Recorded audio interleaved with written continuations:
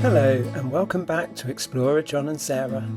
For this adventure we're taking on a 3-day backpacking route we found on Commute called the Hound of the Baskervilles. Over the next 3 days we'll be exploring some of Dartmoor's best tours, ancient settlements and legendary locations while carrying everything we need and wild camping along the way.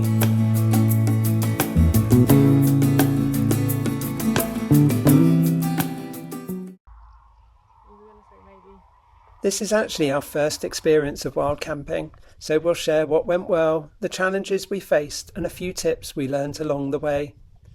The first video covers day 1 and the morning of day 2 before we head off to our second campsite in the next episode. So let's see what today's adventure has in store. We began our adventure by being dropped off at the car park below Haytor. It didn't take long before we were reminded that Dartmoor isn't flat.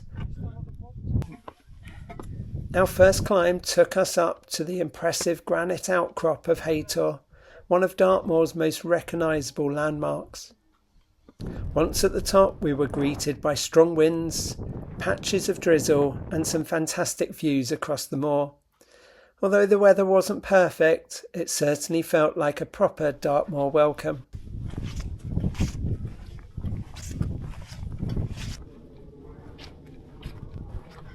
From Haytor we made our way to the nearby quarry.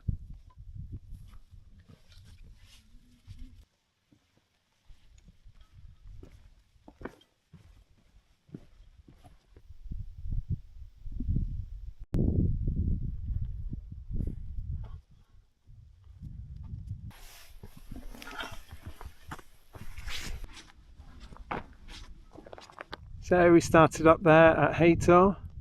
And even though the roads are just over the ridge here, already it feels like we're in the middle of nowhere. We're heading up this way now.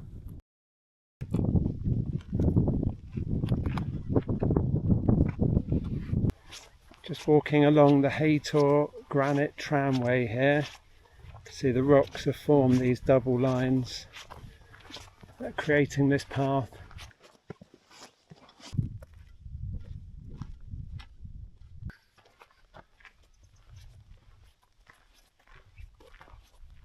We then continued on to Smallacombe Rocks. Just finding another geocache. This is our second one we've managed to find today. Not that we're trying, but we'll leave a note in there.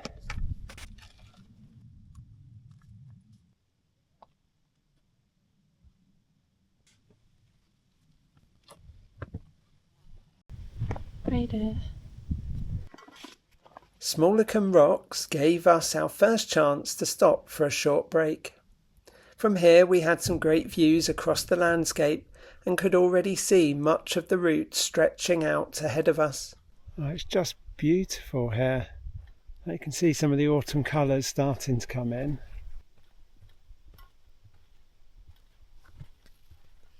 Leaving the rocks behind, we descended into a much greener, more wooded area before reaching Becka Brook.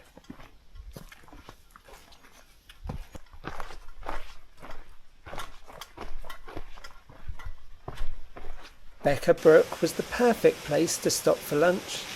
Sitting beside the flowing water was a welcome chance to rest our legs before continuing deeper into Dartmoor.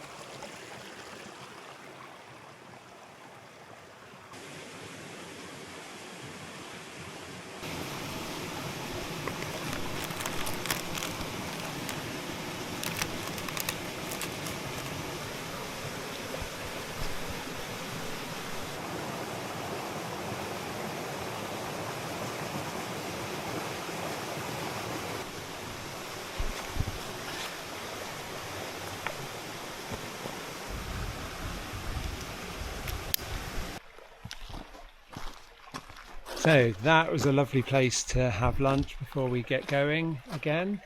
We are heading towards Hound Tor now. Hoping that we can get to the next bit of wooded land before the rain. Yeah, checking the weather at lunchtime.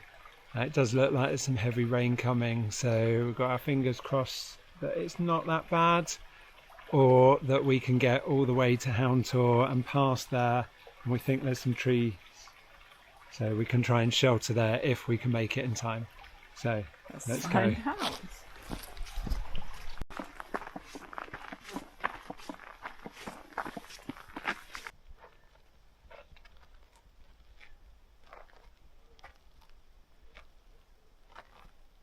As we've established, I don't do too well with hills. So we had a nice lunch and then straight into these hills.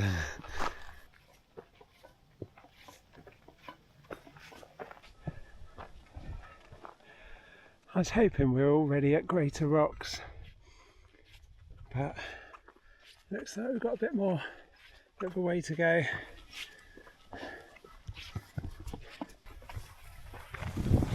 You happy to climb up Greater Rocks? We're here, why not? Are we climbing up with the bags? No, let's dump our bags down and then let's climb up.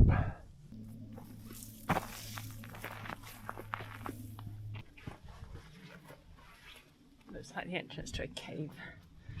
Oh yeah, if it starts pouring down with the rain, That's what we'll hide go. in there.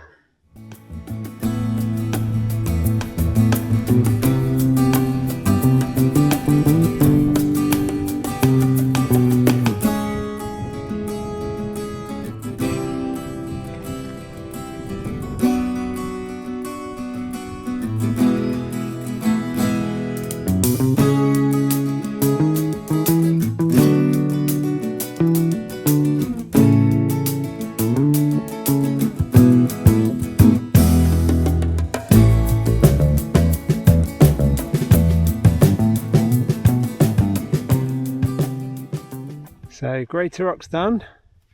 Tick. And now we're heading to Hound Tor. And this here is the Hound Tor ancient village.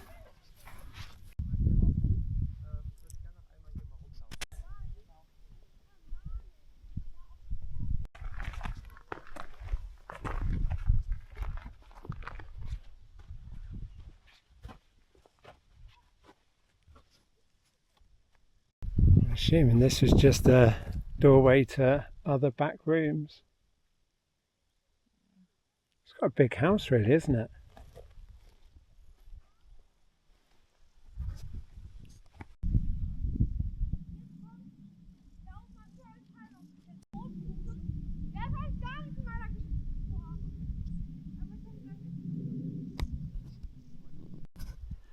That's a pretty good view.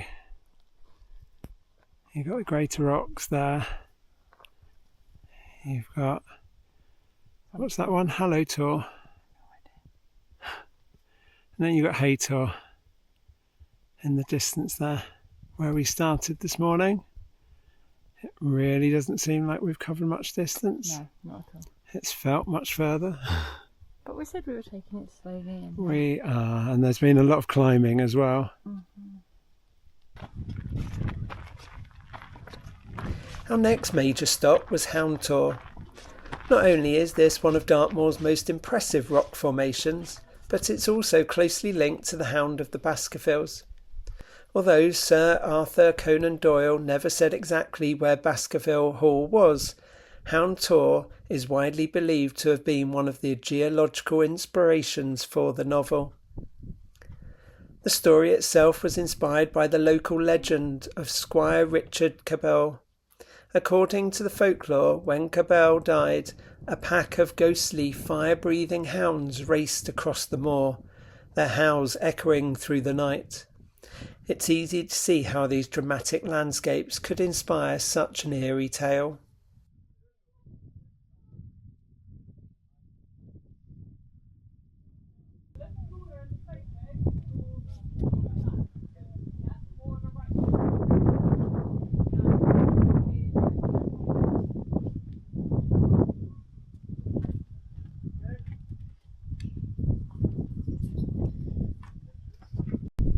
Let's look to see where we are. Hound Tor.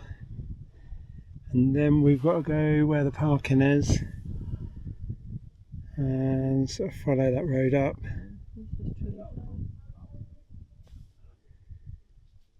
Until Kitty J's grave.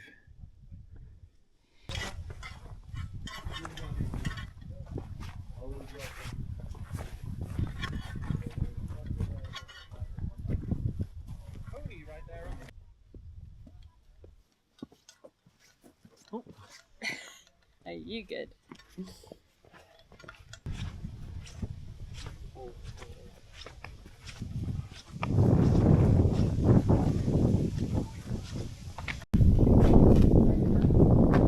The road.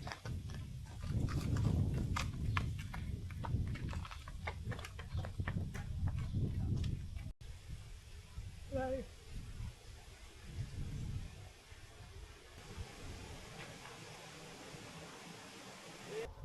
You okay back there? Yeah.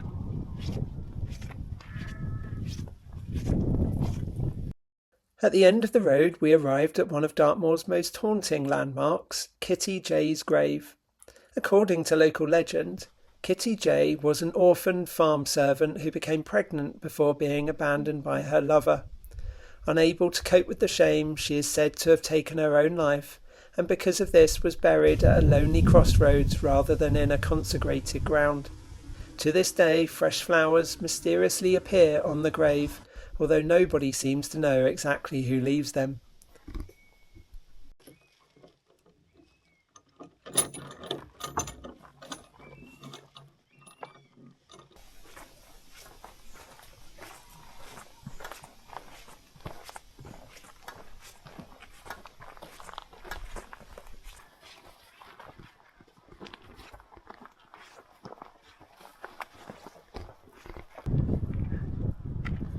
How you doing?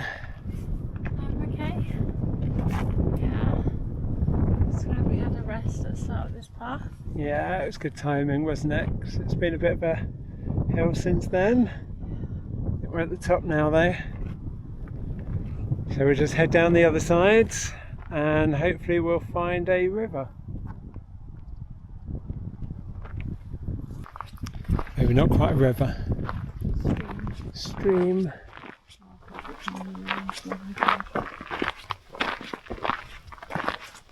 Two stepping stones.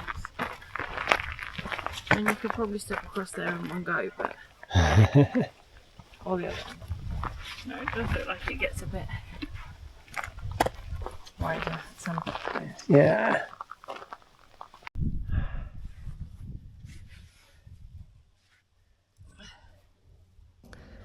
After another short break beside a stream, we began the climb between Hound Tor and Haytor Tor towards Grimspound.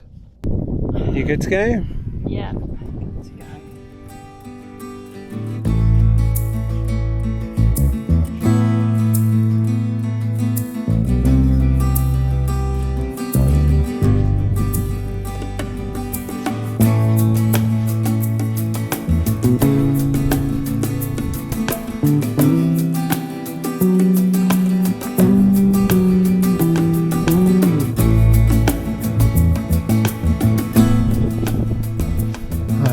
Start to notice the wind anytime you get to higher ground.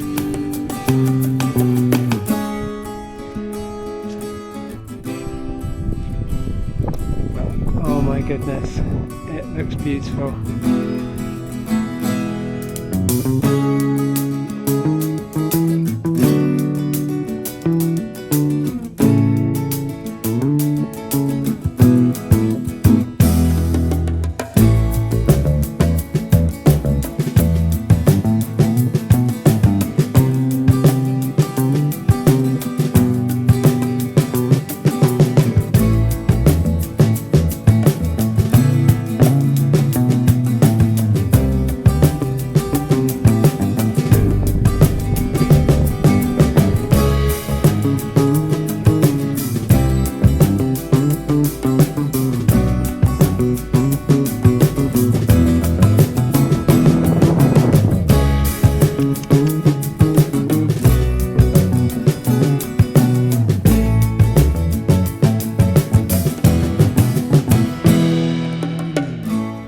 Grimspound is one of Dartmoor's most important archaeological sites. Dating back over 3,000 years to the late Bronze Age, it contains 24 stone hut circles surrounded by a huge stone enclosure around 150 metres across.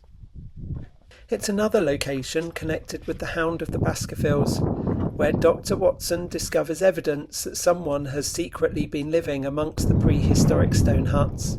Standing amongst these ancient ruins really makes you appreciate just how long people have been living and travelling across Dartmoor.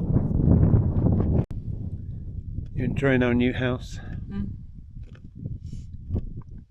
A roof would be probably preferable though. Roof would be good. Higher walls. Nice views though.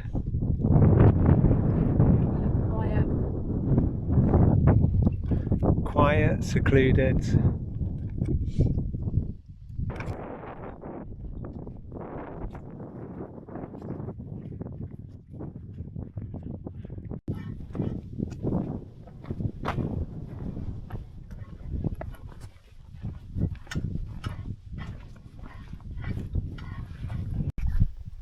So this is the river that ChatGPT said we could get some water before we get to Water Hill. Unfortunately, it has completely dried out, which isn't too surprising, the amount of dry weather that we've had. But we've got to hope that one of the other rivers now, we'll find something else, that we can find another water source somewhere. We will see.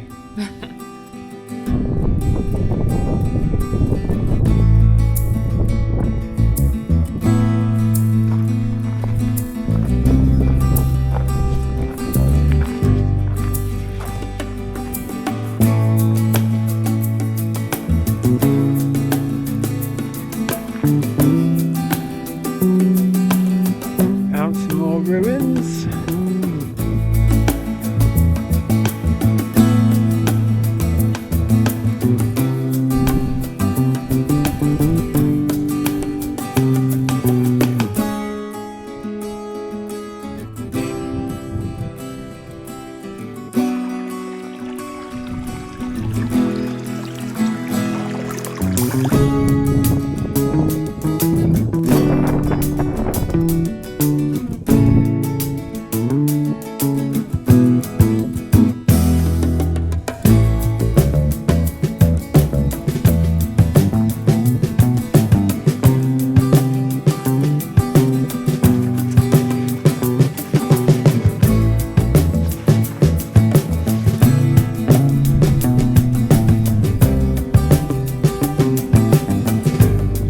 So we're now in the purple camping area.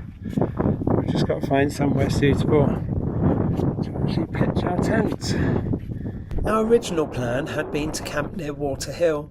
Unfortunately, when we arrived, the ground was covered in thick, spiky shrubs, making it unsuitable for pitching a tent. One thing that's really important when wild camping on Dartmoor is to be flexible. Just because a location looks suitable on a map doesn't necessarily mean it will be once you get there. Using the official Dartmoor National Park camping map, we searched for another permitted area and eventually found this beautiful spot near Assycombe Hill, with fantastic views looking east across the moor. Rather than putting the tent up immediately, we had our evening meal and spent some time making sure that the area was suitable. We wanted somewhere flat, sheltered from the wind, and well away from paths so we wouldn't be disturbed by anyone.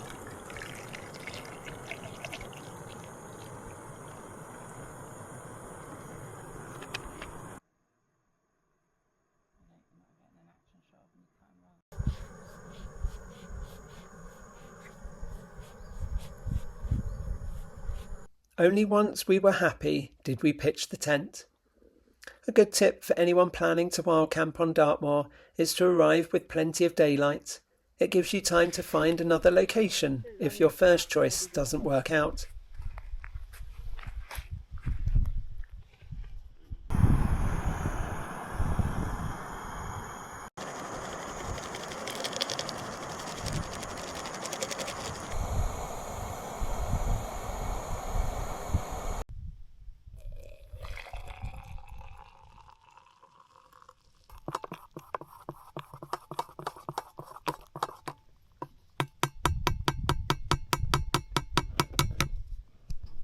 you. A bit closer to when you're ready. All right? Yeah. How was your first day? It was challenging, not gonna lie, but yeah, I feel much better now that I'm not carrying the bag. I think I did pretty well with the bag. Yeah. I'm proud of myself, seeing as I don't normally carry any bag when we go out anywhere. So it was a lot of weight and we haven't practiced with the bags. Maybe we should have done. But yeah, I think we did really well to walk that far. There was a point where I was struggling a little, and there was that realisation that tomorrow is going to be a longer day. And it was like, oh goodness, can I do it? But yeah. We're starting earlier tomorrow. Yeah. And hopefully we can get a good night's sleep.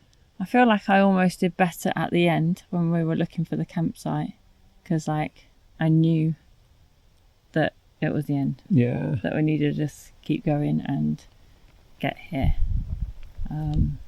But this is a this is really lovely good. sight. Like, if this is a good night, there's no issues at all. This like makes it, doesn't it? Yeah. Having this as a campsite on our own. I'm glad we walked a bit further to find it. Yeah, and that's cut off a little bit from tomorrow's walk as well. So yeah, so no Win-win. problems. I'll do it easy tomorrow. So nearly time for bed. Yeah. Just going to read a bit, have a drink, Brush our teeth. and then go to bed. Yeah. We'll see you in the morning. Day 1 had been a real success. The forecasted rain never really arrived. We'd found a fantastic campsite and even had a few curious visitors come to investigate us. If you're enjoying exploring with us, don't forget to subscribe to Explorer John and Sarah and join us on our travels as we discover more amazing walks, hidden gems and unforgettable places across the UK and beyond.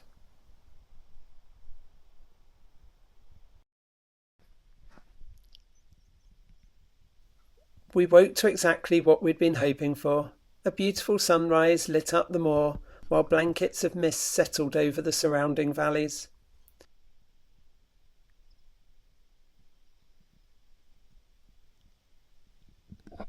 It's 6:30 and we're starting to pack away. Oh. How are you doing? How did you sleep? I was awake a lot.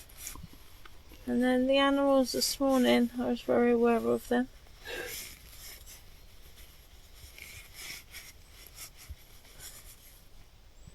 But apart from that, I think once I'd managed to figure out staying warm and that, it was okay. The pillow, I was a bit more happy with what I was using for the pillow.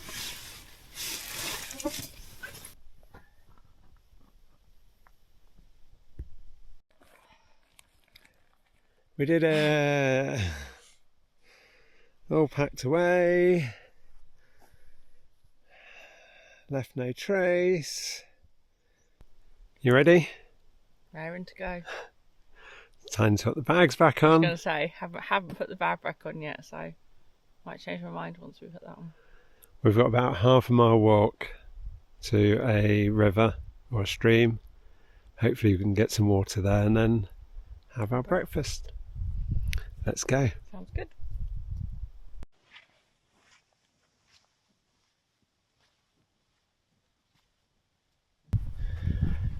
The ponies are out to say goodbye to us. Bye, ponies. We've got cows. Oh no. There's quite a few of them as well. Let's see how this goes. My cow's more.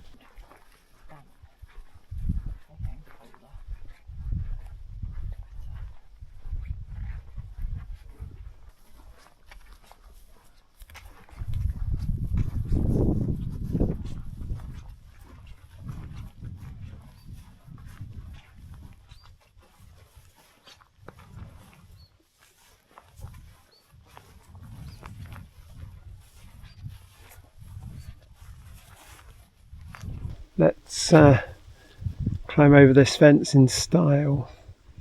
It's a bit of a tall one.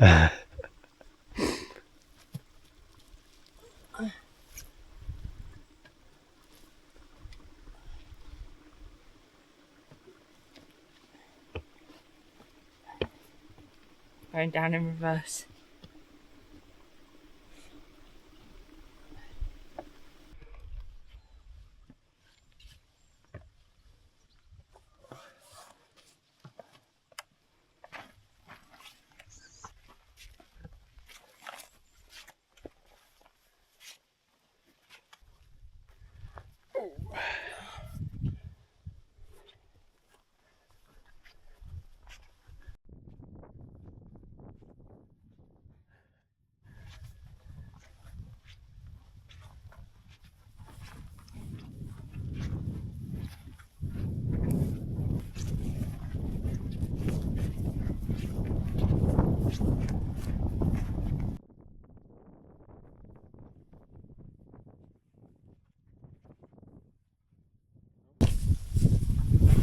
Come on, don't be stubborn.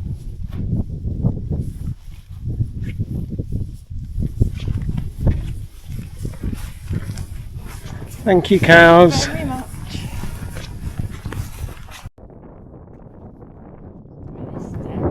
Yeah, they're a bit menacing.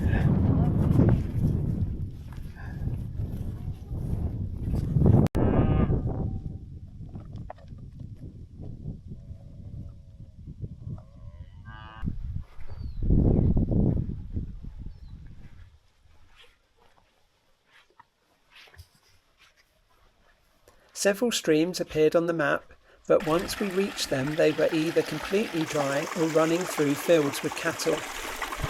So we decided to keep walking rather than risk collecting water there.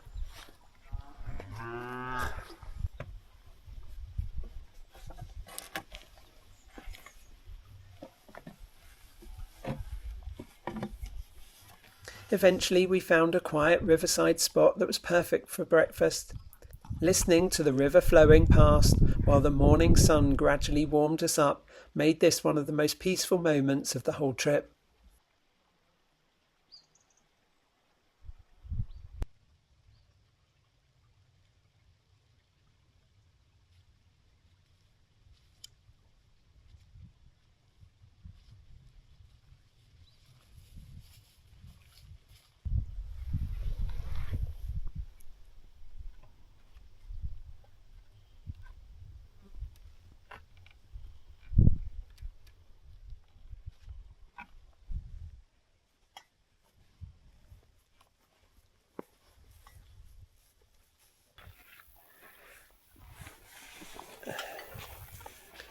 By this point we had drifted a little way away from the planned route, so after breakfast we followed the river before attempting to cut back across the moors.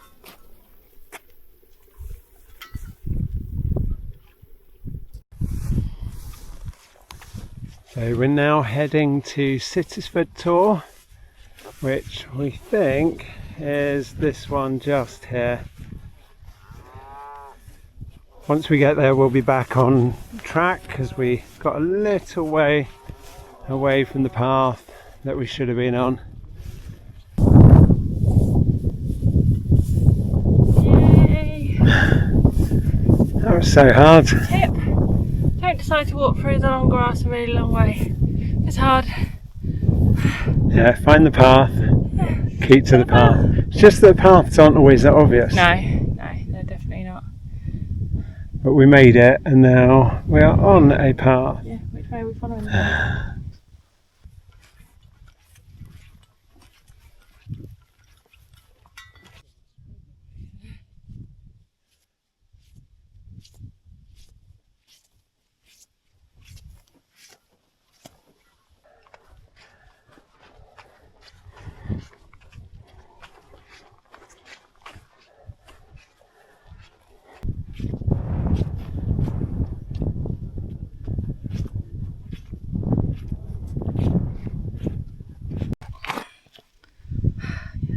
We made it up to the top of Sittaford. Do you want to know something good? Yes, please. I think this is the highest peak out of all of them. Okay, all the days. 538 metres. Okay. I think this is the highest we go. Okay. Doesn't feel like it because it was quite gradual at some point. Yeah, and we've started on higher ground. That's good.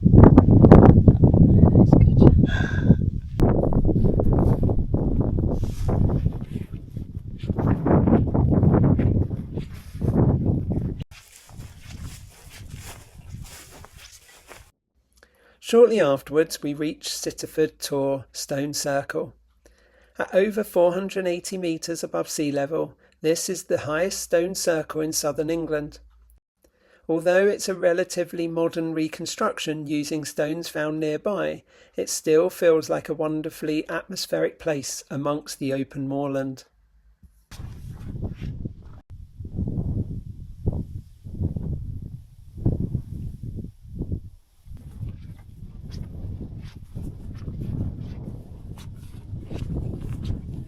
Finally, we've found some water. We were getting a bit low. Yeah, that's definitely water. Continuing on, we eventually reached the beautiful East Dart River and its small waterfall. This turned out to be the perfect lunch stop.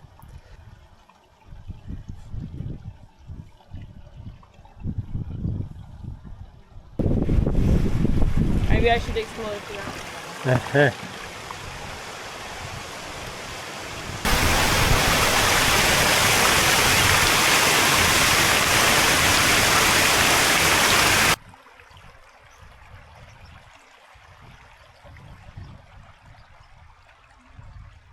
We were able to filter and replenish our water. We spread out the tent to dry after the overnight dew. And we enjoyed a well-earned lunch before continuing our adventure. So after a delicious lunch and a chance to let things dry out, it's time to make a move and head on to Post Bridge.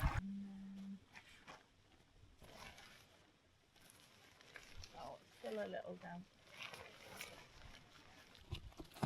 We'll continue the journey in the next video as we head deeper into Dartmoor in search for our second wild camping spot. If you enjoyed coming along for our first wild camping adventure, we'd really appreciate a like, and don't forget to subscribe to Explorer John and Sarah so you don't miss the next part of our Dartmoor adventure. Have you ever wild camped on Dartmoor, or are you thinking of giving it a go? Let us know your favourite part of the moor or any tips that you have in the comments below. We'd love to hear them. Wherever you are, we hope this inspires your next adventure. Thank you for watching, and that's bye for now. Look how beautiful it looks. I'm talking about you. I can pick up my bag. Excellent. Yes, I did not realise when we ordered this on Amazon that it was going to be this big. It looked normal book size.